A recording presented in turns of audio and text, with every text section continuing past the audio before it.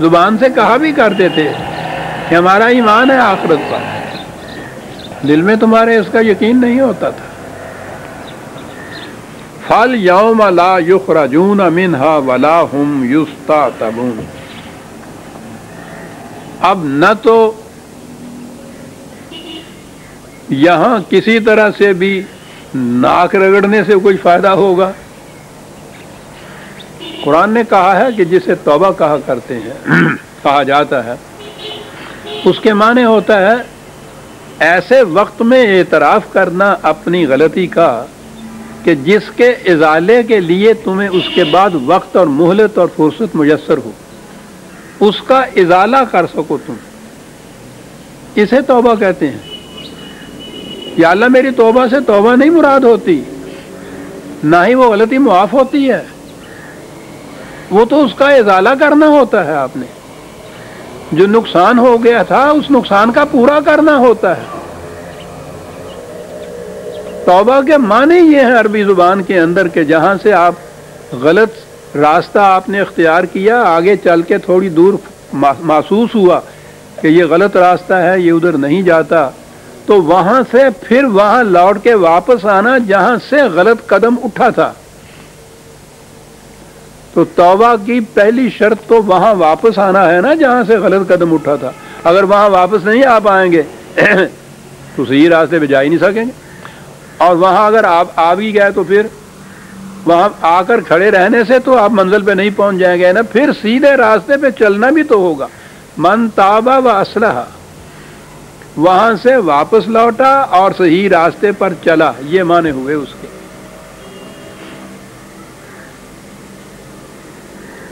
تو گویا یہ تو اس وقت کی بات ہے نا، احساس اپنے جرم کا، اپنی غلطی کا، جب ابھی مہلت ہو اس بات کی کہ اس کا ازالہ کر لیا جائے اس کے نقصان کا، اور اگر وقت وہ آ گیا ہے کہ جس میں ازالہ کرنے کے لیے اب وقت اور فرصت ہی نہیں ہے، جو قرآن کہتا ہے کہ موت سامنے آ کے کھڑی ہو اور اس وقت پھر کہو گے یا اللہ میری توبہ، تو فائدہ کیا ہے اس کا؟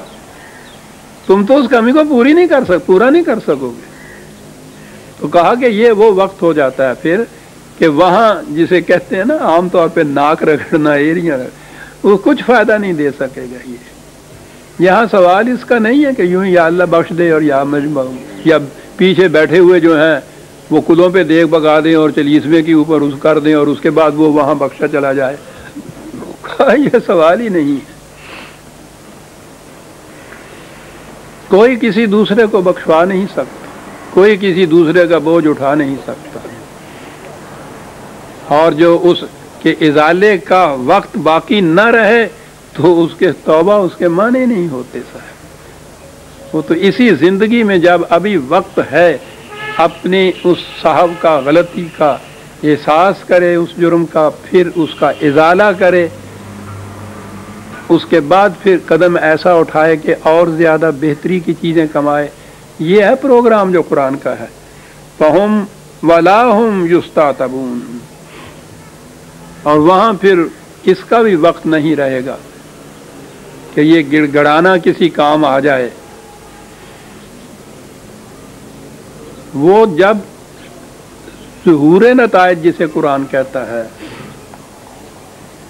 جب اس غلط قدم اٹھانے کا نتیجہ برآمد ہو جائے، سامنے آ جائے،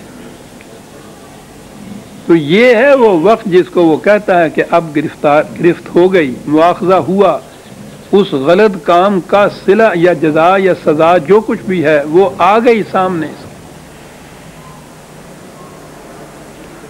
یہ ہے وہ چیز جسے آپ آخرت کا عذاب کہتے ہیں۔ وہاں اس کا موقع نہیں ہے، یہ تصور نہیں ہے کہ وہاں جانے کے بعد کچھ عرصہ جہنم میں رکھا جائے گا، اسے 6 مہینے کی قید ہے، اسے سال بھر کی قید ہے، اور اس کے بعد پھر وہ قید سے چھوٹ کے واپس آ جاتا ہے۔ یہ سوال ہی نہیں ہے، یہ کچھ وقت کی بات نہیں ہے، یہ تو ارتقاء کا سلسلہ ہے جس میں یہ صلاحیت پیدا ہو گئی ہوگی کہ وہ زندگی کی اگلی منزل میں جانے کے قابل ہو، وہ زندگی بسر کرنے کا اہل ہو، اتنی صلاحیت اچیو کر لی ہو اس نے، وہ اس منزل میں چلا جائے گا۔ اور جس میں یہ چیز نہیں ہوگی وہ روک دیا جائے گا، رکنے کے بعد وہاں عمل کی گنجائش نہیں ہوگی کہ وہاں پھر کچھ کام کر لیے ایسے اچھے اور پھر چلے گئے۔ یہ بالکل تصور باطل ہے کہ جہنم میں کچھ عرصہ گزرنے کے بعد پھر انسان نکال کے جنت کی طرف بھیجے جائیں گے۔ وَمَا هُمْ بِخَارِجِينَ مِنَ النَّارِ جنت وہ مقام ہے کہ جس میں مزید کام کرنے کے مواقع اور گنجائش ہوگی، وہاں سے آگے تو بڑھ سکے گا، لیکن جس نے اس میں اس زندگی بسر کرنے کی صلاحیت پیدا نہیں کی ہوئی ہوگی وہ روک دیا جائے گا، اس کے لیے کوئی گنجائش نہیں ہے۔ اس لیے دارالعمل کام کرنے کا جو موقع، گنجائش، میدان زندگی، اسی زندگی کی، اسی دنیا کی زندگی ہے۔ جو کچھ جہاں بن جائے گا انسان اس کے مطابق آگے جائے گا۔ اس لیے یہ کہا کہ وَهُمْ وَلَا هُمْ يُسْتَعْتَبُونَ، نہ تو وہاں سے نکل سکیں گے خود، اور نہ ہی وہاں یہ توبۃ اللہ جسے ہم کہتے ہیں وہ کسی کام آ سکے گی انسان کی۔ اسی لیے قرآن نے کہا ہے کہ یہ غنیمت سمجھو یہ وقت جب تمہیں اس کا احساس ہو جائے کہ ہم غلط راستے پہ، تو بدلو اپنے راستے کو، صحیح راستے کے اوپر قدم اٹھاؤ تو منزل کی طرف پہنچ جاؤ گے۔ اور موت کا تو پتہ ہی نہیں ہوتا انسان کے کہ کس وقت آ جانی ہے۔ اس لیے اگر یہ آدمی اس کو پوسٹ پون کرتا چلا جائے کہ اچھا کوئی بات نہیں ابھی نہیں، کچھ پھر اگلی دفعہ صحیح، اگلے مہینے یہ کر لیں گے، اگلی دفعہ یہ کچھ کر لیں گے، کیا پتہ ہے انسان کی موت کا۔ اس لیے یہ سوال ہی نہیں، جب بھی احساس ہو انسان کو اپنے جرم کا، اس کی اصلاح اسی وقت کر لینی چاہیے۔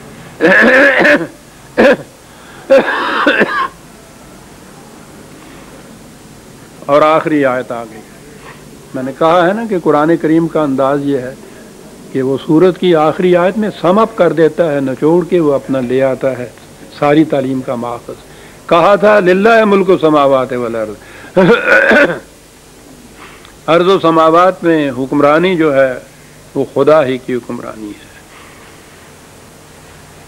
تم باطل کے دعوے کرتے ہو، حکمرانیاں انسانوں کی ہوتی ہیں، آیتیں خدا کی، قرآن کی آیتیں پڑھتے ہو کہ للہ ملک السماوات والارض۔ اس نے کہا یہ بات نہیں ہے۔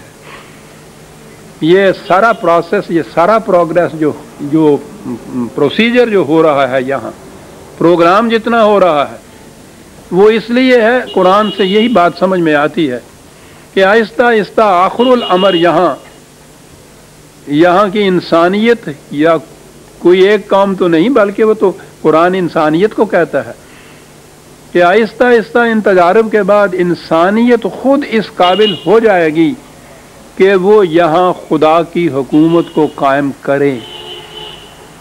اور اس حکومت کے معنی کیا ہوں گے؟ ہر فرد کی پرورش کا سامان مہیا کرنا۔ وہ حکومت حاکم کے احکام ماننے کی بات نہیں ہوگی، اس کا جذبہ حکمرانی جو ہے اس کی تسکین سے مراد نہیں ہے، خدا کو تو اس کی ضرورت ہی نہیں ہے۔ حکومت کے معنی ہوں گے خدا کے اقتدار اعلیٰ کے معنی ہوں گے کہ یہ جتنے ذرائع پیداوار ہیں اس کے اوپر اس کا کنٹرول ہو، یعنی اس نظام کا کنٹرول ہو جو خدا کے نام پہ قائم کیا جائے، اور کنٹرول اس لیے ہو کہ وہ ربوبیت کا سامان بہم پہنچائے تمام نوع انسانی کو، ہر فرد کو۔ یہ ہے جی ملخص قرآن کی تعلیم کا، اور آخری آیت میں ہم اسی کے اوپر آ گئے۔ فَلِلَّهِ الْحَمْدُ رَبِّ السَّمَاوَاتِ وَرَبِّ الْأَرْضِ وَرَبِّ الْعَالَمِينَ۔ یہاں ایک اور لفظ ہی بڑھا دیا، ورنہ رب السماوات اور رب الارض یہی کافی تھا کہ اس وقت بے ساختہ زبانوں سے یہ بات نکل آئے گی کہ وَلَهُ الْكِبْرِيَاءُ فِي السَّمَاوَاتِ وَالْأَرْضِ۔ خدا کی حکمرانی، کبریائی، وہ اقتدار اعلیٰ، اس وقت اقتدار اعلیٰ آسمانوں میں تو آج بھی ہے، ارض کے اوپر خدا کی کبریائی کا وہ دور آئے گا، وہ دور ہوگا وَهُوَ الْعَزِيزُ الْحَكِيمُ، قوت بھی اس کی